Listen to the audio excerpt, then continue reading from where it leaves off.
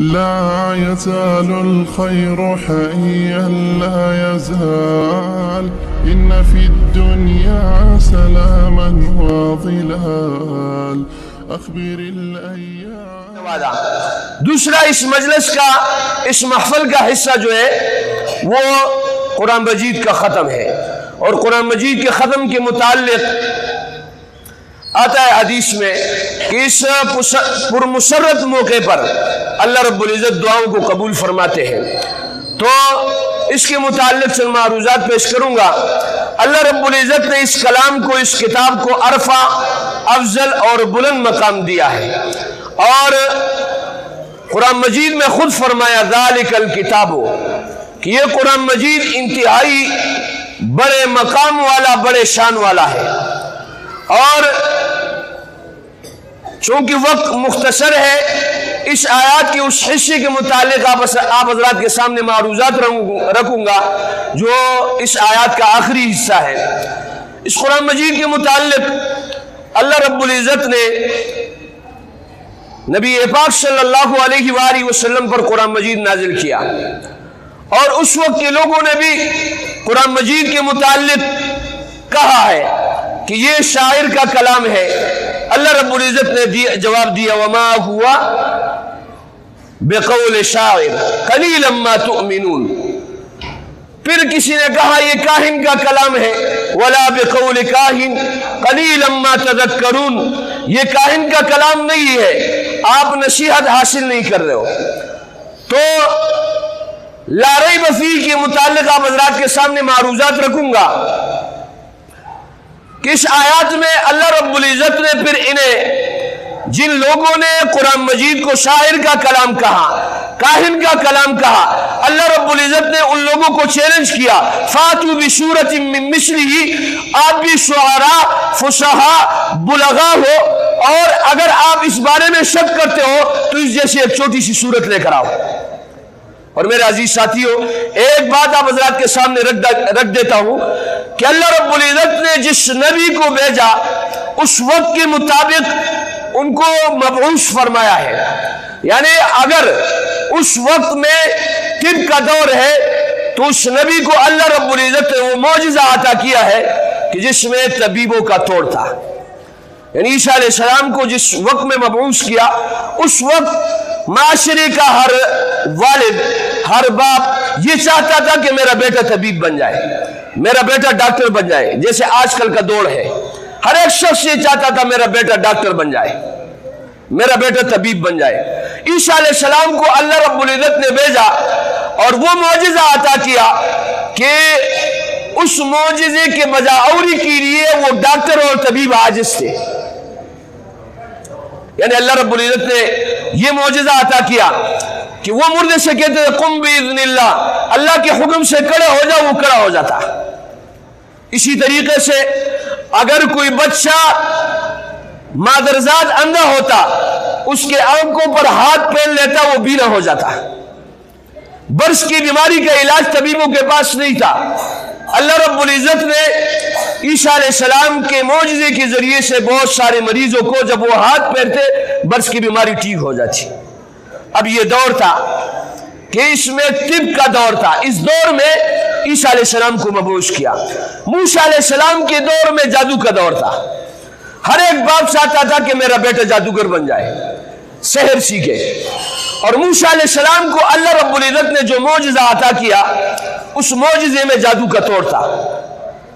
اور موسیٰ علیہ السلام کا وہ معجزہ جو عصا کا تھا، وہ اپنے لاٹھی کو پھینکتے تھے اور جادوگروں کے سارے کرتوت کو وہ سمیٹ لیتا.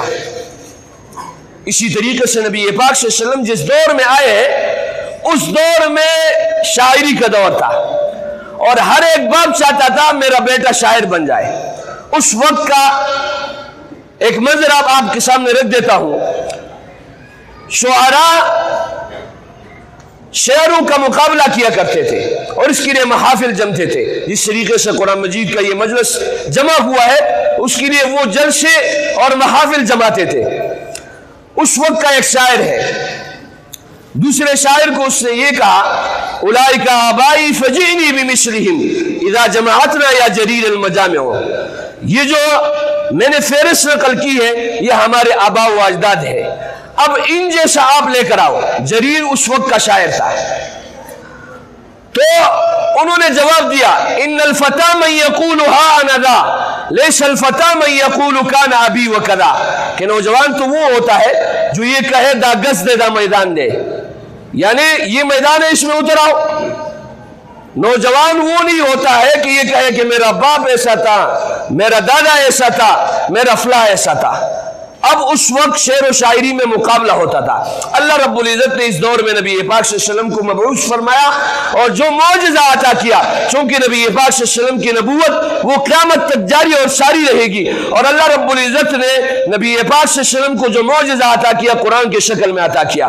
پھر ان کو چیلنج کیا کہ اگر آپ اس سورت کے بارے میں، اس قرآن کے بارے میں آپ کو شک ہے، فاتو بسورۃ من مثلی، آپ شعراء ہو، آپ فصحاء ہو، آپ بلغاء ہو، آپ اس جیسے ایک صورت لے کر آؤ۔ لیکن میرے عزیز ساتھیوں، انہوں نے اس چیلنج کو قبول کرنے کے بعد بہت سارے شعراء، فصحاء، بلغاء کو باہر ممالک سے بلا، اور اس چیز کے لیے 3 دن تک ان کی میٹنگ چلتی رہی۔ کتنے دن تک؟ کتنے دن تک؟ 3 دن تک ان کی میٹنگ چلتی رہی کہ نعوذ باللہ اللہ نے جو چیلنج کیا ہے ہم اس کے خلاف کام کریں گے۔ اب 3 دن کے بعد اس مجلس کا جو لین لاٹ تھا، اس مجلس کا جو بڑا تھا، اس نے فیصلہ جاری کیا، اور ان کی ٹارگٹ کیا تھی؟ انا اعطیناک الکوثر جیسے ایک صورت لے کر آنی ہے، انا اعطیناک الکوثر جیسے ایک صورت لے کر آنی ہے۔ تو اس مجلس کے بڑے نے اعلان جاری کیا 3 دن کے بعد، انا اعطیناک الکوثر واللہ ما ھذا قول البشر، کہ انا اعطیناک الکوثر یہ کبھی بھی کسی بشر کا کلام نہیں ہو سکتا، یہ اللہ کا کلام ہے۔ واللہ اگر کسی ایسے عام آدمی کے سامنے پڑھا جائے وہ کہے گا جناب قرآن مجید کی آیات پڑھ رہے ہیں، واللہ ما ھذا قول البشر، انا اعطیناک الکوثر کا جو کلام ہے یہ کسی بشر، کسی انسان کا کلام نہیں ہے، بلکہ من جانب اللہ، اللہ کی طرف سے نازل شدہ ہے۔ لا ریب فیہ، انہوں نے اس بات کا اقرار کر دیا کہ اللہ کی طرف سے ہے، اس میں کوئی شک کی گنجائش نہیں ہے۔ غیروں نے بھی اس کا اقرار کیا ہے۔ اور میرے عزیز ساتھیوں، ھدی للمتقین، ھدی للناس ہے، قرآن مجید میں اللہ رب العزت نے تقوی والوں کے لیے، پرہیزگاروں کے لیے ہدایت کا سامان رکھا ہے، اور اللہ رب العزت نے قرآن مجید کے ذریعے سے بہت سارے لوگوں کو ہدایت یافتہ بنایا ہے۔ وہ لوگ جو نبی پاک صلی اللہ علیہ وسلم کے دور میں تھے، ان کی کئی سالوں تک لڑائیاں رہتی، ایک شخص خانہ کعبہ میں آتا، پاؤں پھیلا دیتا اور یہ کہتا کہ جناب کوئی ہے جو میرے پاؤں کو ہٹا سکے، دوسرا آتا اس کے پاؤں کو کاٹ دیتا، اس سے ان کی لڑائیاں سال ہر سال چلتی۔